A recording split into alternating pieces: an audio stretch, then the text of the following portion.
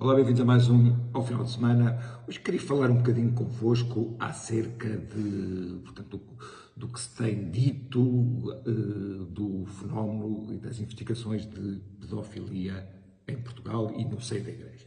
Pois bem, o assunto é extremamente sensível.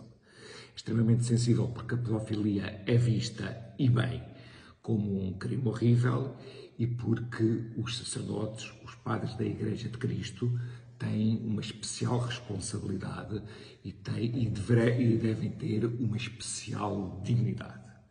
Pois bem, as intervenções do Bispo foram extraordinariamente infelizes, portanto, obviamente que a Igreja não deve, numa perspectiva destas, jogar à defesa, mas deve procurar o rigor e deve procurar, sobretudo, ir ao encontro da compaixão com as vítimas e, portanto, o Bispo teve uma intervenção infeliz.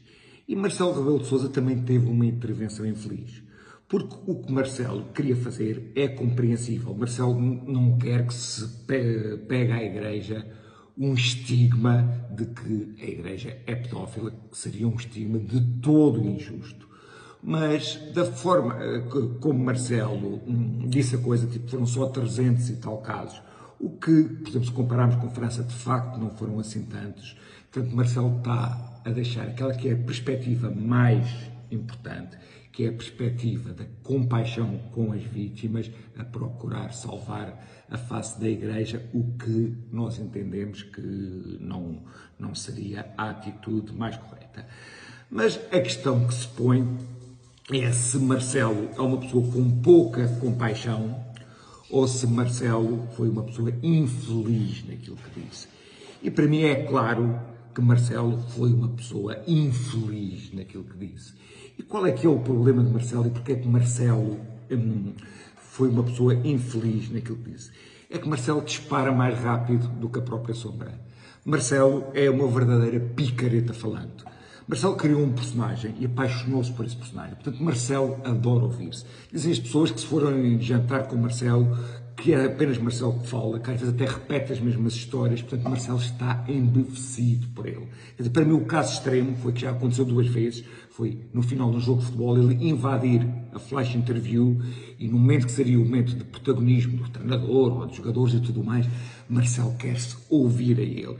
E, portanto, quem muito fala arrisca sem a devida ponderação. Uma pessoa tem 2 ouvidos, portanto, deve ouvir mais apenas uma boca. Portanto, Marcelo arrisca-se a que, de vez em quando, tenha estes tipos de deslizes que, na opinião pública, são graves e que a palavra presidencial não tenha nenhuma gravitas, não tenha nenhum peso, quer dizer, tem tanto peso como a palavra de um tipo que na tasca manda 2 bocas entre 2 copos, entre 2 copos de vinho. Portanto, basicamente, Marcelo tem esse problema grave.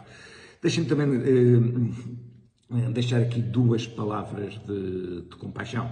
Ou seja, em relação aos abusadores, eles merecem ser, pela sociedade, altamente punidos, mas eu também entendo o sofrimento deles no sentido que, se calhar, eles sabem que causaram um enorme dano a eles próprios, à Igreja e, sobretudo, às vítimas e que estarão em estado de sofrimento, que obviamente devem ser punidos, não é isso que está em questão, mas quando a Bíblia nos diz que devemos visitar os presos, que devemos também demonstrar compaixão por esse tipo de pessoas, eu não deixo de ser sensível a isso.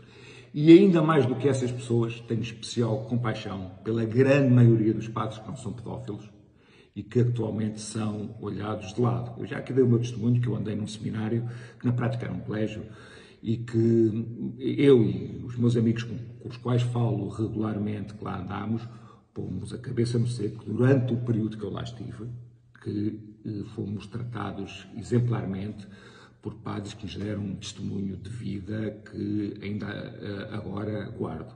Portanto, era basicamente isso que eu queria partilhar convosco. Até para a semana, cá nos vemos.